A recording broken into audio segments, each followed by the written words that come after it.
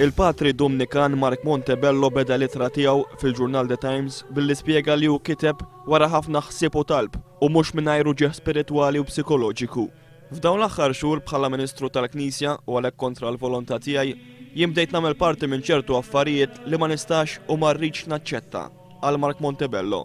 Patri Mark Montebello qal li hu kiteb dan mhux biex jagħmel xi dikjarazzjoni dwar fuq liema naħa jinsab, imma qed jikteb biss minħabba l-mistħija kbira li qed iħoss. Mark Montebello kundanna l-użu ta' tfal fil-kampanja, in-nuqqas ta' parteċipazzjoni tal-Knisja fid-diskussjoni, l-idea żbaljata li d-divorzju jwassal għall-abortu l-eutanasja u fuq kollox ikkundanna d-dikjarazzjoni li jekk wieħed jivvota iva ikun qed jonqos lill-Alla. Patri Mark Montebello ddikjara li jinsab umiljat u mistħi minn dan kollu. Din mhix il-Knisja Kattolika li nemmen fiha u nħobb, jgħid Montebello.